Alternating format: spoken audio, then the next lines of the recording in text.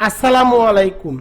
Honours প্রথম বর্ষের শিক্ষার্থীরা, আজকে আমি তোমাদেরকে রাষ্ট্রবিজ্ঞান বিভাগের লোক প্রশাসন পরিস্থিতি পরীক্ষা 25 অনুষ্ঠিত হবে 19 আগস্ট 2026। 80 মার্কের শর্টকাট সেশন দিয়ে দিব। ইনশাআল্লাহ তোমরা এখান থেকে 100% কমন পাবা। আমি তোমাদের রাকিব স্যার, দীর্ঘ 8 বছর ধরে কিন্তু আমি রাষ্ট্রবিজ্ঞান বিভাগের সাজেশন দিয়ে আসতেছি। আমি তোমাদের জন্য দক্ষিণ এশিয়ার সরকার ও রাজনীতির সাজেশন দিয়েছিলাম। সেই সাজেশন থেকে কিন্তু মোটামুটি অনেকগুলো কমন এসেছে। ইনশাআল্লাহ লোক প্রশাসন থেকেও তোমরা 100% কমন পাবা। প্রিয় শিক্ষার্থীরা, তোমরা স্ক্রিনের মধ্যে দেখতে পাচ্ছ আমাকে রকিবুল 24 পাবলিকেশনকে। রকিবুল 24 পাবলিকেশনের প্রকাশিত সাজেশন বইসমূহ কিন্তু স্ক্রিনের মধ্যে দেখতেছো। তোমরা যারা যারা এই সাজেশন বইগুলোর মধ্যে যেটা তোমার প্রয়োজন সেটা নিতে চাও, তারা দ্রুত এই নম্বরে হোয়াটসঅ্যাপ অথবা ইমোতে SMS করো। তো দেখো, আলহামদুলিল্লাহ দক্ষিণ এশিয়া সরকার ও রাজনীতি আমি কিন্তু শর্টকাট সাজেশন দিয়েছিলাম। সেই সাজেশন থেকে দুরন্ত কমন এসেছে। দেখো যে প্রশ্নগুলো হুবহু কমন এসেছে, স্ক্রিনের মধ্যে আমি কিন্তু প্রশ্নগুলো দিয়েছি এবং এর ভিডিও কিন্তু আমি ইউটিউব এবং ফেসবুকে একদম ফ্রিতে আপলোড করে দিয়েছিলাম। তোমরা যেন সেখান থেকে মিলিয়ে দেখতে পারো। আমি তোমাদেরকে প্রশ্নগুলো দেখাচ্ছি কোন প্রশ্নগুলো কত নম্বর থেকে কমন এসেছে। দেখো বোর্ড প্রশ্ন এবং আমি যে সাজেশন দিয়েছিলাম কত নম্বর প্রশ্ন কমন এসেছে সেগুলো কিন্তু আমি এখানে মোটামুটিভাবে সবগুলো উল্লেখ করে দিয়েছি। স্ক্রিনের মধ্যে কিন্তু সেগুলো দেখতে পাচ্ছ। দেখো অনেকগুলো প্রশ্নই কিন্তু আমার সাজেশন থেকে হুবহু কমন পড়েছে। তোমরা আমাকে অনেকেই বলেছিলে স্যার আমাদের বইয়ে কিন্তু এই প্রশ্নগুলো নাই, তাহলে এগুলো কি আসবে? আমি তোমাদেরকে বলেছিলাম তোমাদের বইয়ে থাকুক বা না থাকুক তোমরা অবশ্যই আমার সাজেশনগুলো ফলো করে যাও, তাহলে কমন পাওয়া। তার প্রমাণটুকু কিন্তু আমি তোমাদেরকে দেখিয়ে দিলাম। এত শর্টকাট সাজেশন থেকে যে এতগুলো কমন এসেছে, তো এটি কিন্তু আর অন্য কারো সাজেশন থেকে এত কমন আসেনি। কেউ এতটুক প্রমাণ তোমাদেরকে দেখাতে পারবে না। রকিবুল 24 পাবলিকেশন কথায় নয় কাজে বিশ্বাসী। তো দেখো এখন আমি তোমাদেরকে সাজেশন দিব লোক প্রশাসন পরিস্থিতি। তোমাদের কিন্তু যে কোনো 8টি প্রশ্নের উত্তর দিতে হবে। তো প্রথম টপিকটি দেখো, লোক প্রশাসনের পরিস্থিতি ও পরিধি। 1 নম্বরটি দেখো, লোক প্রশাসন কি? লোক প্রশাসনের পরিধি ও বিষয়বস্তু আলোচনা করো। এই প্রশ্নটি কিন্তু খুবই ইম্পর্টেন্ট। পরেরটি দেখো, লোক প্রশাসন কি? লোক প্রশাসন ও বেসরকারি প্রশাসনের সাদৃশ্য বৈসাদৃশ্য মানে পার্থক্য নিরূপণ করো। অথবা তোমাদের প্রশ্ন আসতে পারে তুলনামূলক আলোচনা করো। তুলনামূলক আলোচনার মধ্যে কিন্তু সাদৃশ্য আর বৈসাদৃশ্য দুটাই লিখতে হয়। যে প্রশ্নগুলোকে লাল করে দিয়েছি সেগুলো খুব ইম্পর্টেন্ট। 2 ক নম্বরটি দেখো, লোক প্রশাসন অধ্যয়নের গুরুত্ব ও পদ্ধতি আলোচনা করো। এরপরে দেখো খটি খুব ইম্পর্টেন্ট, লোক প্রশাসনের সাম্প্রতিক প্রবণতা সমূহ বিশ্লেষণ করো।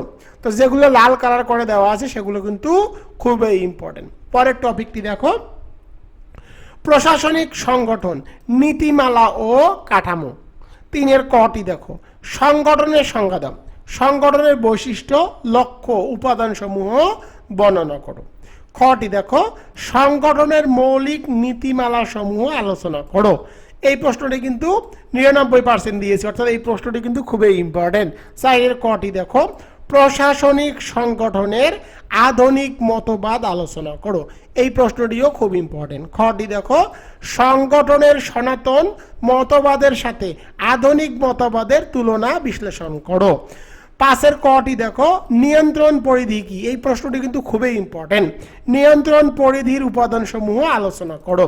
খটি দেখো, কর্মবন্টন ও পদসোপান নীতির সুবিধা ও অসুবিধা সমূহ ব্যাখ্যা করো। এবার চলে যাব পরের টপিকে। পরের টপিকটি দেখো, বিকেন্দ্রীয়করণ ও সমন্বয়। তো কটি খুব ইম্পর্টেন্ট। বিকেন্দ্রীয়করণ কি?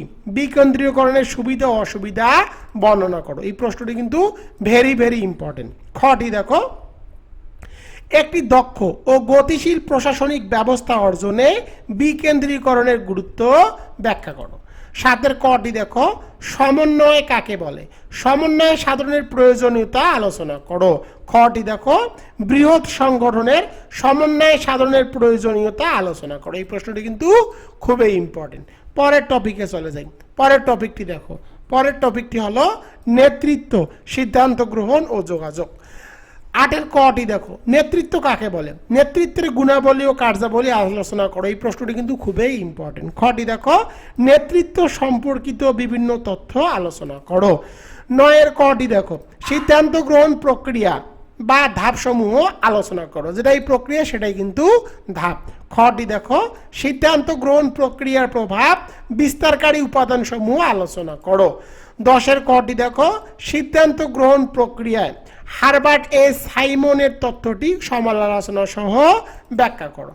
খটি দেখো, যোগাযোগের প্রতিবন্ধকতা সমূহ আলোচনা করো, অথবা যোগাযোগের যে সব যোগাযোগ ব্যবস্থার যে সমস্যা সেগুলো আলোচনা করো। দুটি কিন্তু এক। এই প্রশ্নটিও খুব ইম্পর্টেন্ট। এবার চলে যাব আমলাতন্ত্র ও উন্নয়ন প্রশাসন টপিক থেকে।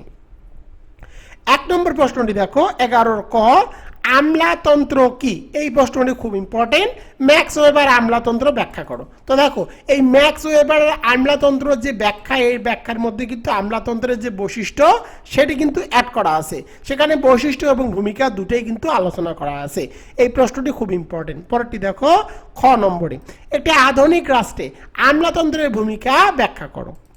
এবার চলে যাবো 12-র ক, আমলাতন্ত্রের সাম্প্রতিক প্রবণতা আলোচনা করো। এই প্রশ্নটিও খুব ইম্পর্টেন্ট।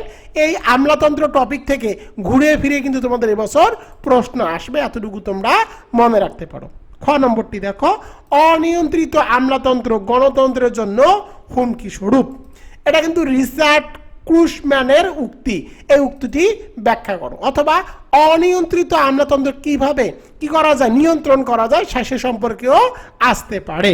13-র কটি দেখো, উন্নয়ন প্রশাসন কি? এর প্রধান বৈশিষ্ট্যসমূহ আলোচনা করো। এই প্রশ্নটি খুব ইম্পর্টেন্ট। যেগুলো লাল কালার করে দেওয়া আছে সেগুলো খুব ইম্পর্টেন্ট। খ নম্বরটিও ইম্পর্টেন্ট। উন্নয়ন প্রশাসন ও সনাতন প্রশাসনের তুলনামূলক আলোচনা।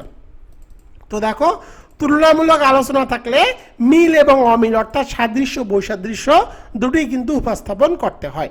এবার চলে যাব পরের টপিকে, কর্মী প্রশাসন, জনসেবা ও প্রেষণা।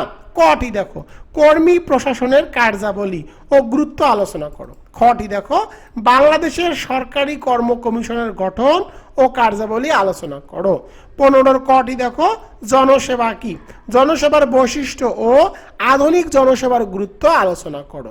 খটি দেখো, প্রেষণা কি? এর গুরুত্ব ও প্রয়োজনীয়তা আলোচনা করো। এবার চলে যাব পরের টপিকে। পরের টপিকটি দেখো, আর্থিক প্রশাসন। আর্থিক প্রশাসন। 16-র ক, আর্থিক প্রশাসন কি? আর্থিক প্রশাসনের বৈশিষ্ট্যসমূহ আলোচনা করো। খটি দেখো, আর্থিক প্রশাসনের পরিধি বা বিষয়বস্তু এবং গুরুত্ব আলোচনা করো। 17-র কটি দেখো, সরকারি বাজেট প্রণয়ন বা বাস্তবায়নের ধাপগুলো বর্ণনা করো। খটি দেখো, হিসাব মহানিয়ন্ত্রককে মহাহিসাব নিরীক্ষক ও নিয়ন্ত্রক পদের নিয়োগ, মেয়াদ ও কার্যাবলী আলোচনা করো। এখন তোমরা আমাকে অনেকেই প্রশ্ন করতে পারো, স্যার এই প্রশ্নগুলো আমার বই আমরা খুঁজে পাচ্ছি না। তোমরা বইয়ের মধ্যে খুঁজে পাও বা না পাও, এই প্রশ্নগুলো কিন্তু খুব ইম্পর্টেন্ট। এই কথাটা কিন্তু আমি তোমাদের দক্ষিণ এশিয়া সরকার ও রাজনীতিতেও বলেছিলাম। আমি যে প্রশ্নগুলো দিয়েছি সেই প্রশ্নগুলো থেকে কিন্তু হুবহু কমন এসেছে। ইনশাল্লাহ তোমরা এই লোক প্রশাসন যেটি আছে এটাও কিন্তু তোমরা হুবহু কমন পাবা। প্রিয় শিক্ষার্থীরা, তোমরা জানো তোমাদের কিন্তু honours second year, first year থেকে তোমরা যারা অনার্স সেকেন্ড ইয়ারে উঠবা, তোমাদের কিন্তু ফাংশনাল ইংলিশ নামে একটা সাবজেক্ট আছে। প্রথম বর্ষ থেকে সেকেন্ড ইয়ারে ওঠার সাথে সাথে তোমরা আমার সাথে কন্ট্যাক্ট করবা। আমি কিন্তু functional English online paid course এবং বই বিক্রি করে থাকি। তোমরা তোমাদের পরীক্ষা শেষ হওয়ার সাথে সাথে আমার এই নম্বরে দ্রুত কন্ট্যাক্ট করবা। প্রিয় শিক্ষার্থীরা, অবশ্যই যদি তোমাদের আজকের এই সাজেশনগুলো উপকারে এসে থাকে অবশ্যই কমেন্ট করবা, এবং তোমরা কে কোন কলেজ থেকে আমার ভিডিওটি দেখেছো বা দেখছো অবশ্যই কমেন্ট করে কলেজের নামটুকু জানিয়ে যাবা।